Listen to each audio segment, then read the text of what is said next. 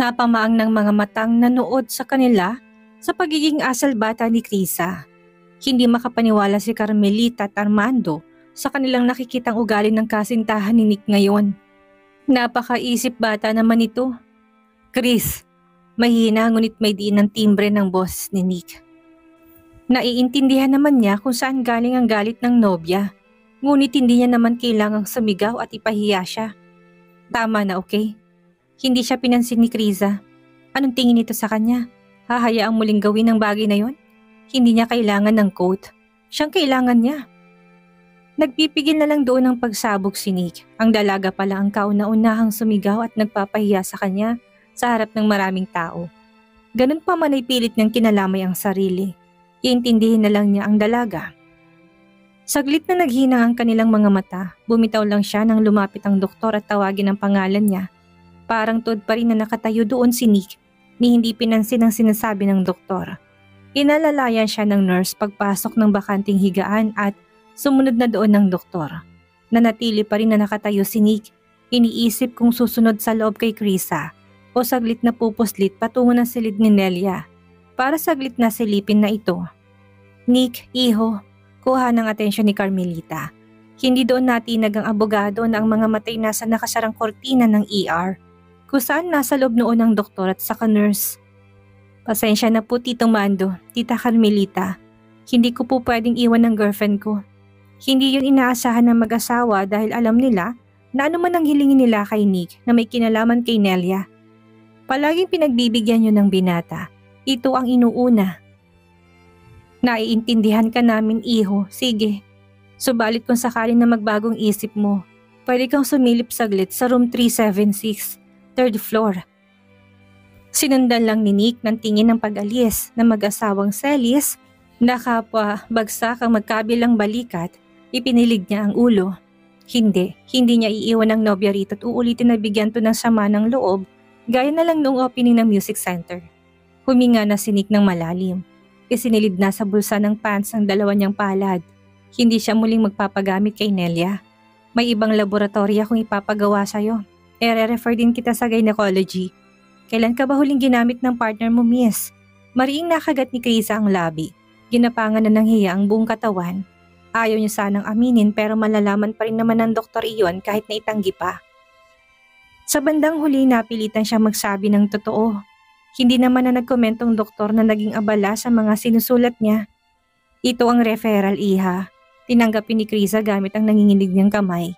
Naiiyak na dahil sure siya na paglabas niya doon wala nang Nick siyang aabutan dahil pumunta na naman ito kay Nelia. Pumait pang panlasa niya sa isiping iyon na mag-isa na lang siya. Pumunta ka na ngayon sa kanya. Kailangan mong ma-check para mabigyan ka ng tamang gamot at maalis ng sakit niyan. Tumango lang si Krisa, payak na ngumiti. Sa paghawi ng kortina ay nagulat ang dalaga na naroon pa rin naman si Nick, nakatayo, hinihintay siya. Wala na roon ang mag-asawang Celis. Ilang beses na napakura pa ang kanyang mga mata si Krisa. Upang siguraduhin ng nobyo ngang nakikita niya, mabilis tong lumapit sa kanya nang makitang tapos na siya doon. Anong sabi ng doktor? Inabot lang ni Krisa ang papel na ibinigay ng doktor sa kanya dahilan para matigilan si Nick. Tinanggap yun ng binata at kapag dakay pinasadahan na yun ng tingin. Anong ibig sabihin nito? Hindi pa rin sumagot si Krisa na tinulungan na ng nurse makabalik sa wheelchair. Sir, kailangan po ni ma'am na magpa-laboratory at magtungo sa gynecology. Sabat na doon ng nurse matapos na makitang walang plano si Krisa na sumagot at mag-explain ng sinabi ng doktor. Tumango si Nick at nilingon ng doktor. Salamat, tatanungin ko na lang si Doc. Ani ni Nick na lumapit na sa nakatalikod na doktor. Sinundan lang siyang muli ng tingin ni Krisa habang nakatikom ang bibig. Hindi pa rin siya masaya na siyang pinili nito at hindi ito pumunta kay Nelia. Nagtatampo pa rin siya. Ganun pa man gumaan ang pakiramdam niya. Baka kasi natauhan na ito sa mga pinagsasabi niya kanina kaya nakonsensya na basta iwanan na lang siya. Tsk, akala ko ba sisilipin niya? Maya-maya pa'y muling bumalik na si Nick at tinulak ng wheelchair niya na hindi niya batid kung saan ang tungo doon. Magpa-laboratory ka raw muna. Sinamahan niya doon si Nick, hindi siya nito iniwan. Nang matapos doon at makuhang kapirasong papel ng resort ay nagtungo na sila sa gynecology. Ilang pasyenteng nasa unahan nila kung kaya naman kailangan nilang pumila.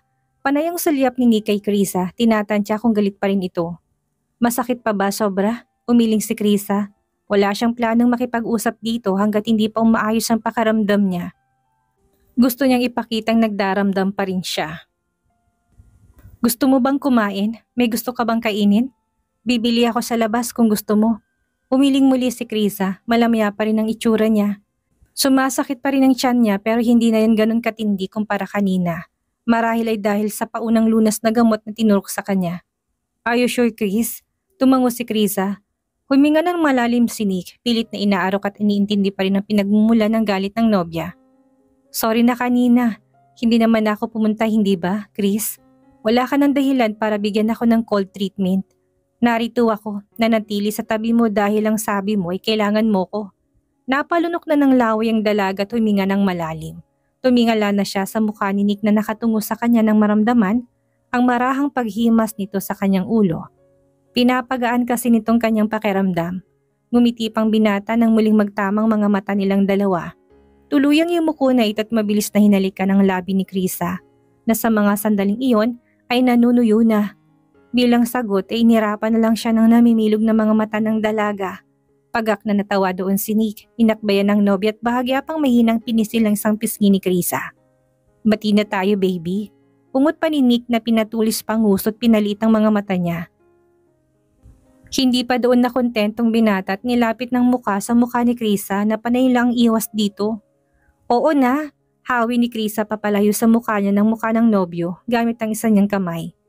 Ilayo mo ng mukha mo sa akin at hindi lang ako naduduling. Nahihilo rin ako sa lapit ng mukha mo sa akin. Eksaktong si Krisa nang papasok upang matingnan ng doktor nang makaramdam si Nick na kailangan niyang gumamit ng banyo. Nais sanang pigilan niya ng abogado ngunit baka matagalan sila sa loob upang kausapin ng doktor kaya naman pinili na lang niyang mabilis na gumamit. Hindi naman siya magtatagal doon eh. Sure siya. Saglit lang ako Chris, baka sa loob pa ako magkalat at magpasabog. Nakakahiya naman kay Doc. In case na nasa loob ka na pagbalik ko, papasok na lang ako. Susunod ako sa'yo, ha? I love you, baby. Tumango na si Krisa na hindi man lang nagduda kahit nakatiting kay Nick.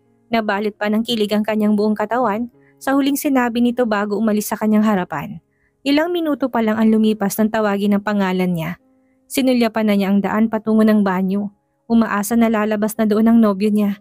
Hindi pa ba siya tapos? Nang dumungaw ng doktor sa gilid ng pintuan ay napilitan na si Krisa na tumayo. Inalalayan naman siya ng doktor na makitang wala siyang kasama papasok doon. Wala ka bang kasama, miss? Gumagamit na po siya ng banyo, Dok. Tugon ni Krisa na muling sinulyapan ng banyo. Napangiwi na si Krisa nang muling maramdaman ang pananakit ng tiyan niya. Lumingon na rin ang doktor sa direksyon ng banyo kung saan nakapakong tingin ni Krisa. Mas ngumiwi pa roon ang dalaga nang dahil sa sakit. Ay siya, hindi natin siya pwedeng hintayin dahil mukhang urgent ang kalagayan mo, Iha. Ang mabuti pa ay pumasok ka na ng masuri na kita. Anang doktor na lumabas na ng silid at tinulungan ng doong makapasok si Krisa. Nakaramdam na ng hiya ang dalaga, ngunit anong magagawa niya kung nasa banyo pa ang nobyo? Hindi niya naman kasalanan ito. Hindi rin naman ginusto ni Nick na maramdaman ang bagay na yon. Normal yun sa tao. Tinulungan siya ng doktor na mahiga. Sa ginawa niyang yun ay mas lalong sumidi ang pananakit ng tiyan. Namasa ng mga mata ni Krisa, naiyak sa mas tumitinding sakit. Hindi na yun kagaya kanina nung kasama si Nick. Ang gynecologist ay marami ng karanasan at alam kung anong nangyayari sa dalaga sa isang sulya pa lang sa itsura nito. Bahagya siyang napailing. Hindi na magandang hilatsa ng mukha ng kanyang pasyente. Dok, ang sakit po. Daing niya sa doktor na sa mga sandaling iyon ay parang mauutas ng hininga sa sakit. Pinindot ng doktor ng ilang beses ang bandang baba ng puso niya at nanginginig ng buong katawan ni Krisa sa sakit na dulot noon. Hindi pa siya nakaranas ng ganong sakit sa tanang buhay niya. Ngayon pa lang, bahagyang pumikit ng mga mata ng medyo may edad na babaeng doktor. Nang dumilat ay matamang sinulyapan niya si Krisa. Marahang ibinaba ang kanyang damit upang ayusin na yon. Tumalikod at naglakad palabas upang kausapin at bilinan ng isa sa mga nurse na nasa loob ng kanyang silid. Maghanda para sa operasyon. Dahil sa negatibong presyo ng tiyan na dulot ng sobra niyang pakikipagtalik, ang pasyente ay nasa critical na kondisyon ngayon. Mulalas ng doktor na mayroong pagmamadali. Naging blankong isipan ni Krisa sa narinig. Anong operasyon? Ganun ba kalalang kanyang kalagayan? Hindi lang yun ang nagpapaalala sa kanya, si Nick. Bakit wala pa rin to ng mga sandaling iyon sa loob ng silid? Huwag niyang sabihin na pumunta siya kay Nelia matapos niyang gumamit ng banyo. Mabilis na sinulat ng babaeng doktor ang recommendation sa operation form. Kung ito'y mantala, maaaring ito'y magiging banta sa buhay mo. Huwag kang mag-alala, minor operation lang naman ito. Sandali lang, Dok. Pwede bang hintayin natin ang boyfriend ko? Nasa banyo pa kasi eh. Oo nga pala. Sandali papatingnan ko sa isa sa mga nurse. Anitong inutusan ng isang lalaking nurse na kanyang tinawag. Pakitingnan nga ang banyo at naroon ang kasama nitong pasyente. Pakisabing bilisan niya at kailangan ng pasyente ng operation. Ano pong pangalan ng sasabihin ko? Attorney Bentacourt. Mabilis na saad ni Krisa na ikinatangunan ng nurse sa kanya. Agad namang tumalim ang lalaking nurse. Ilang minuto lang ay agad na bumalik na ito. Wala raw pong Attorney Bentacourt doon sa loob ng men's comfort room, Doc. Miss. Nanlumon na sa narinig si Krisa. Napatanga naman ng doktor sa kanya. Napakurap-kurap ng dalaga habang pinipigilang bumagsak ang mga luha niya. Iba ang kutob niya. Parang tinabla na naman siya ni Nick at sinamantala nitong pagpasok niya sa loob. Lingid sa kalaman ni Chris ay tamang hinuha niya. Paglabas ni Nick ng banyo kanina nakatanggap siya ng tawag mula kay Armando. Nagmamakaawa sa kanyang musician na saglit na puntahan si Nelly at nagwawalang babae, lalo na mabanggit ni Carmelit ang pagbalik nila ng silid na naroon si Nick sa ospital. Iginit nitong papuntahin nila to. Tito Mando, hindi nga po pwede. Please iho, kahit saglit lang. Pakalmahin mo lang si Nelia. Kahit saglit lang, nakikiusap ako. Kung kaya naman sa halip na sa silid ng doktor siya pumasok ay nilagpasan niya yon. Naisip na bago naman siguro matapos ang nobya sa loob ay nakababa na siya. Hindi pa rin malalaman itong ginawa niya. Magdadahilan na lang siya. Ngunit ibang nangyari pagdating niya sa kwarto ni Nelia. Ayaw na nitong bumitaw sa pagkakahawak sa braso niya kahit na anong gawin niya. Hiniling nitong ihatid siya sa labas, total discharge na rin ito ng araw na yon. Bagay na hindi na lang niya tinanggihan kahit pa ilang beses nang sumagi sa isipan niya si Krisa. Sinipat niya rin ang cellphone na tiningnan kung may message ang nobya. Wala naman kung kaya naman naging kampante pa rin siya na hindi pa siya nito hinahanap. Baka naman okay lang ang findings sa kanya. Bibigyan lang siya ng gamot doon tapos ay magiging okay na siya. Hindi rin naman niya malalaman kung saan ako nanggaling kung saglit lang naman ako doon. Malungkot na nilingon ng doktor si Krisa na namula ng mga mata. Ilang kalabit pa't parang papalahaw ng dalaga ng iyak. Napaiwas na siya ng tingin. Ayaw niya dagdagan ng sakit na nararamdaman ng pasyente kung kaya naman ayaw na lang niya magbigay ng iba pang komento. Miss, although minor operation lang naman ang gagawin natin sa'yo at pwede ka na rin kaagad na ma-discharge. Pagkatapos nito ay kailangan mo pa rin na makakasama. Hindi mo ba pwedeng tawagan ng boyfriend mo? Malay natin biglang may mas emergency kaya siya biglang umalis, hindi ba? Alanganin sabit ng doktor. Nahahabag pa rin sa itsura ng kanyang pasyente na hindi lang siyang unang beses. Marahang hinaplos ni Chris ang kanyang ibabang bahagi ng tiyan gamit ang kanyang mga daliring nanginginig. Sobrang sakit noon na para bang kapag hinawakan niya ito ay maiibsa ng pananakit. Tumingin siya sa kisame gamit ang mga matang may namumuo ng mga luha nang hinanakit para kay Nick. Pinag-isipan niyang mabuti ang sinabi ng doktor, lalo lang siyang masasaktan kung tatawagan niya si Nick at inito pumunta sa kanya kung kaya naman hindi na lang niya yun gagawin. Masakit, oo, pero mas masakit ang hindi na naman piliin. Tatawagan kong kaibigan ko, Dok. Siya na lang ang gagawin kong guardian ko. Napatingin sa kanyang babaeng doktor. Bakas na sa mukha nitong mas tuminding awa sa kanya. Tinawagan si Krisa si Rita. Gamit ang nanginginig niyang kamay at boses. Sa sama ng loob niya ay nabanggit niya kung nasaan si Nick kahit nahula pa lang naman niya yon. Nang tanungin ng kaibigan kung nasaan ang abogado at bakit hindi siya niya sinamahan ngayon. Wala naman kasing ibang dahilan para iwan siya ng binata nang walang pasabi man lang. Ano bang pumasok sa utak ng gagong boyfriend mo ha? Palagi na lang yung inuunang babaeng yon. Ikaw ang jowa, ikaw dapat ang inuuna. Nakakalokang Attorney Bentacourt na to. Bulalas nito habang nagpapalit ng damit. Ilang beses din napamura si Rita habang hinihilot ang kanyang sentido. Asar na asar siya. Nakagat na ni Krisa ang labi, mas naiyak. Bilang nobya ni Nick, masakit makarinig ng ganon sa ibang tao.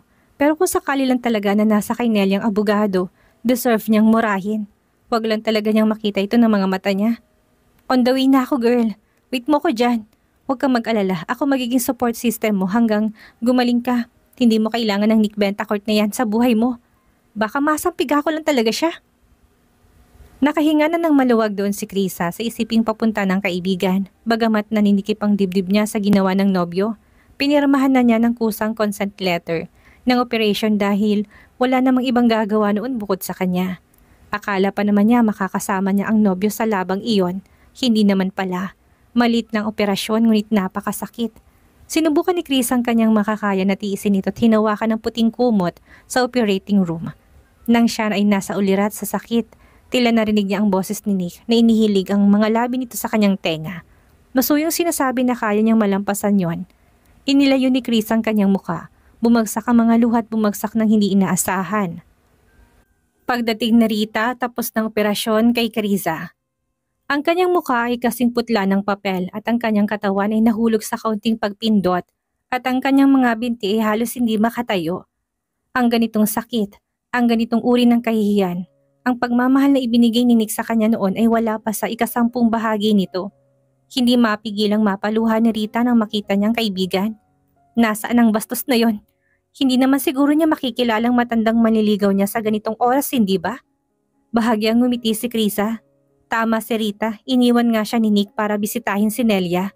Malakas ang kutob niya. Walang ibang dahilan para umalis ito, lalo pat hindi naman nabanggit yun ni Nick. Yun na ang rason nito. Pupunta daw siya sa banyo pero halos 1 oras na at hindi pa siya bumabalik. Walang pakialam si Krisa, iisipin na lang niyang yun na ang katapusan ng relasyon nilang dalawa. Tama ng pagpapakatanga, hindi niya na ito tatanggaping muli sa buhay. Hindi na.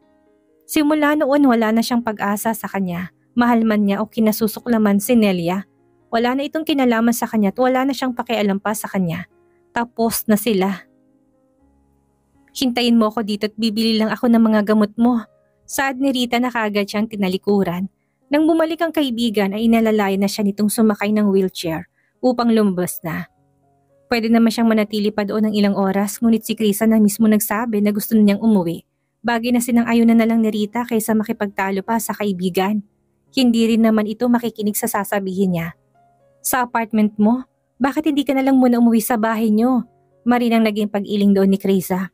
Hindi pwedeng malaman ni Papa at ni Tita Vanji ang nangyari sa akin.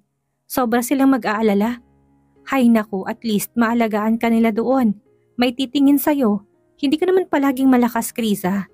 Huwag na, ihatid mo na lang ako sa apartment ko. Makakadagdag pa ako ng stress sa kanila kapag ipinaalam ko ito sa kanila. Malayo naman ito sa bituka. Ilang araw lang at babalik na ulit sa dati ang lakas ko. Sige na Rita, doon na. Inirapan lang siya ni Rita. Nairita pa rin sa pagiging selfless ng kaibigan. Kaya naman palagi siyang naloloko eh. Sobrang bait. Hindi yata marunong man lang magalit. Lumulan na sila ng lift. Wala nang dextro si Krisa ngunit bakas pa rin sa kanyang itsura na galing siya sa matinding panghihina. Tulak-tulak ng nurse ang wheelchair niya. Ilang beses na sinabi ng magkaibigan na okay na sila, ngunit hindi naman pumayag sa gusto nila ang nurse. Protocol po ng hospital yon, kailangan po naming isend ang patient sa ibaba kahit na magaling na sila. Hinayaan na lang ng magkaibigan yon, hindi na nakipagdiskusyon sa nurse na halatang hindi rin naman papayag sa nais nilang mangyari. Magsasayang lamang sila ng laway at wala rin namang mangyayari. Sa unang palapag ng departamento ng outpatient ng ospital, palagi may mga taong magkikita ng hindi inaasahan sa hindi tiyak na oras. Sa dami-dami ng tao doon, hindi inaasahang nagsanggap ang landas ni Chris at Rita sa pamilya Celis, pati na rin sa nobyo ng dalagang si Nick. Napuno ng hinanakit ang mga mata ni Krisa. Sinasabi na nga ba niya, tama siya ng hula. Idinahila lang nitong pagpunta niya ng banyo kanina pero ang totoo ay kay Nelia pala ito pupunta. Sa mga sandaling yun hindi pa nakikita ni Nick na naroon pala ang nobya. Abala ang kanyang mga mata sa sinasabi ni Armando sa kanya na tungkol sa mga plano nitong gawin sa paghahanap sa biological na anak. Nakiusap na naman kasi ang pamilya Celis sa kanya. Naihatid sila sa labas ng hospital hanggang sa sasakyan at pagkatapos noon ay okay na siya silang iwanan.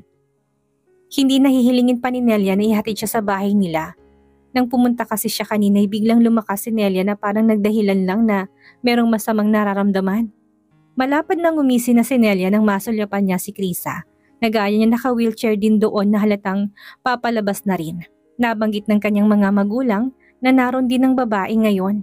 Isang mapangasar na ngising ginawa niya roon. Alam mo Nick, hindi mo naman kailangan pumunta sa silid ko upang makita lang ako. Anang babae na pakunot ng noon ni Nick. Hindi masundan kung ano na naman ang pinagsasabi ni Nelia sa kanya. Malamang magagalit sa yung girlfriend mo dahil lalabas na mas pinili mo ulit ako kumpara sa kanya. Gaano yung kasakit? Ikaw talaga, nagawa mo pa akong unahin habang may sakit din pala siya.